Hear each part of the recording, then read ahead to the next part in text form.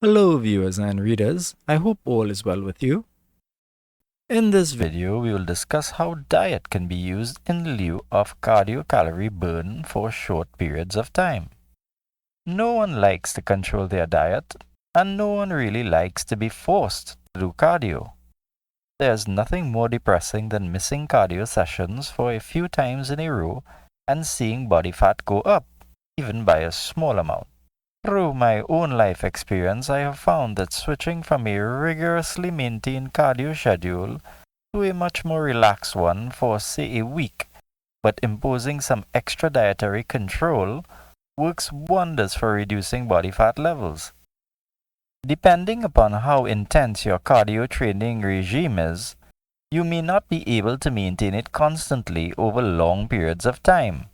For instance, multi-mile runs, multiple times a week, usually require a period of rest to allow joints and other body parts to recuperate.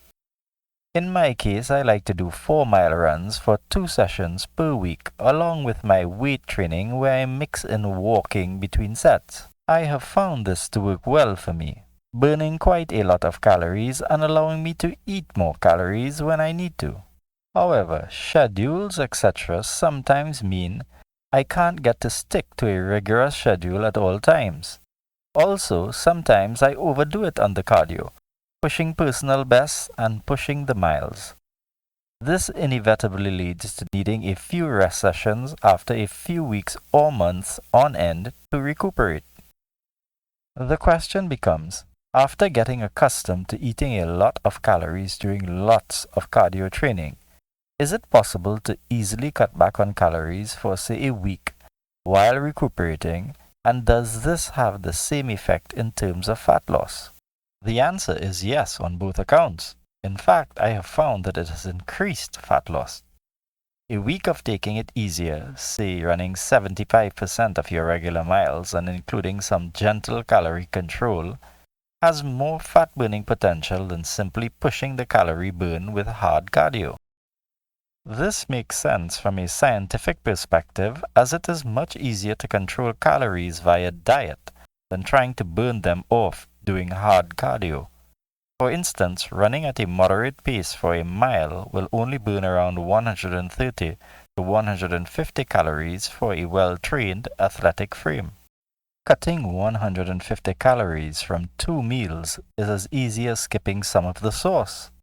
So if you can reduce calorie consumption by 150 calories per day, it is like running a mile a day in terms of calorie balance.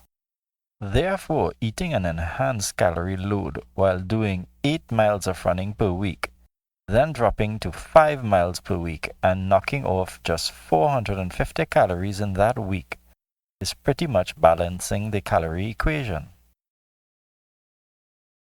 Again, cutting 450 calories per week across all of those meals is really quite trivial to do.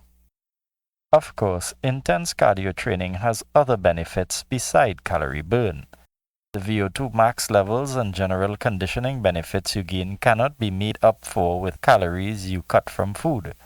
However, taking a week rest with lower cardio output can actually increase your cardio performance when you return. I have consistently found this to be true, and it is something I have heard time and time again over the decades from elite runners who tell me the worst thing they face is being forced to take these rest weeks to stay injury-free. I can empathize, as running and getting into the groove can be quite addicting when one's schedule allows for the dedication required. Coming back stronger in the run the next week barely seems to make up for the week lost if you are eating the same amount of calories.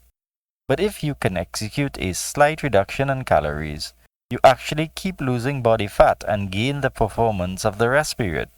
It is a win-win situation. Nothing that I have said in this video is anything groundbreaking. In fact, this is exactly what elite coaches have been preaching for decades. One needs rest if one is doing high-impact cardio, such as long runs, regularly.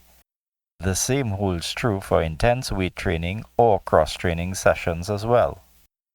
However, like all things in life, knowing something and actually putting it into regular practice takes, well, practice. So, dear readers and viewers, it's too easy to lose track of the flexibility aspect one needs to have to balance non-training life with a training-centric life. The health and fitness YouTubers we all like to watch make no secrets that training is their life and business. This is why they have no problem with training balance in life. For them, training is their business.